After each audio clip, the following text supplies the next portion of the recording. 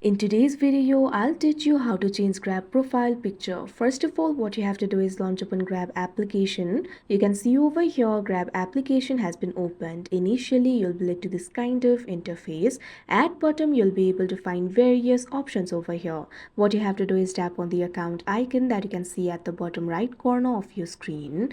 Now, after you do that, you can see over here, you'll be led to this kind of interface. At top right corner of your screen, you'll be able to see your profile icon, and right over here you'll be able to find the edit icon. What you have to do is tap on it.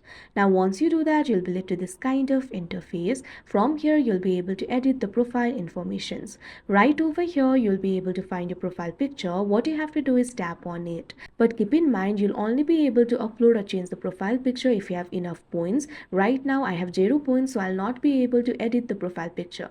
So if you want to do that, all you have to do is tap on this profile picture icon. After that, you'll be able to choose the profile picture from the gallery, or you'll also be able to take the photo right away and upload it. So simply select the method of your choice, upload the photo and tap on the save option. After that, the profile picture will be changed. So that is how you change Grab profile picture. I hope you found this video helpful. Thank you for watching.